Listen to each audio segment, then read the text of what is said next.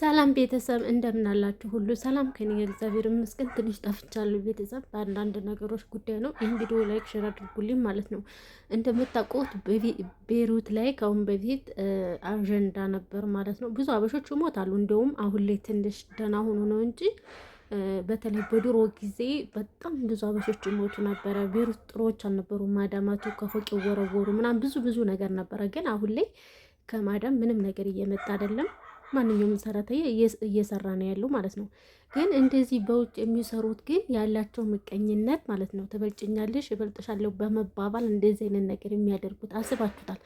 ባለፈው እራሳቸው ወጥተው ምን ያክል መተት እንደሚያደርጉ ሰውን ዝቅ ማድረግ እንደሚፈልጉ ምናምን ተናግረው ነበር። አያችሁ አይደለ? በባለፈው ውዝግብ ሱሱ ታስራለች ማለት ነው። ገኒ ሱሱን አስራታለች። ይኸው ዜድ ራሱ ድረሱልኝ እያለች እያለቀሰች ነው ማለት ነው። እኔም ልታሰር ነው፣ ሊያሳስሩኝ ነው፣ በጣም ፈርቻለሁ፣ ከቤት አይደለም ያለሁት ሌላ ቦታ ወጥቼ ነው ያለሁት እና እርዱኝ እያለች ነው።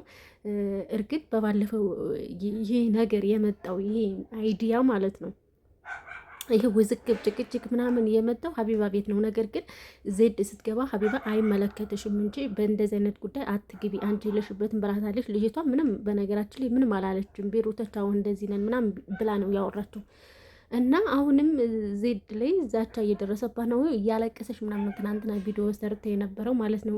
እንዳያችኋት እንግዲህ ሱሱ እስር ቤት ነች፣ ልጆች አለዋት፣ የራሷን ስራ ነው የምትሰራው።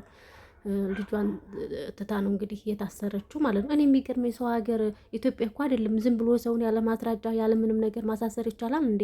ኢትዮጵያ ህግ የለም፣ ምንም አይነት ህግ እንደሌለ አውቃለሁ። ማለት ሰው ብር ያለው ብቻ ነው ተደማጭ አለው። እኛ ተጎጆቹ ምንም አንደመጥም ኢትዮጵያ ውስጥ ማለት ነው። ቤሩትም እንደዚህ ነው እንዴ? እኔ ያልገባኝ ነገር እንዴት ነው ዝም ብላ ያለ ማስረጃ ያለ ሆነ ነገር የምትታሰረው?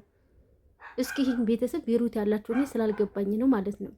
እንደዚህ ነው እንዴ? ኢትዮጵያ ውስጥ ነው በተለይ አሁን ላይ የሆነ ስራ ለማስካሄድ ራሱ ብር ካልከፈላችሁ አይሳካላችሁም። አይደለም እንደዚህ አይነት ጉዳይ ሆናችሁ ማለት ነው፣ አይሳካላችሁም። እና እንደዚህ አይነት ነገር አለ ወይ? ሰው ሀገርም ያለምንም ማስረጃ ዝም ብሎ ሰውን በመሰዳደብ እና እንደዚህ ማሳሰር ይቻላል ወይ? ዜድ ደግሞ ምንም የሚያስፈራሽ ነገር የለም። በባለፈው አንቺ ምንም ነገር አልተናገርሽም።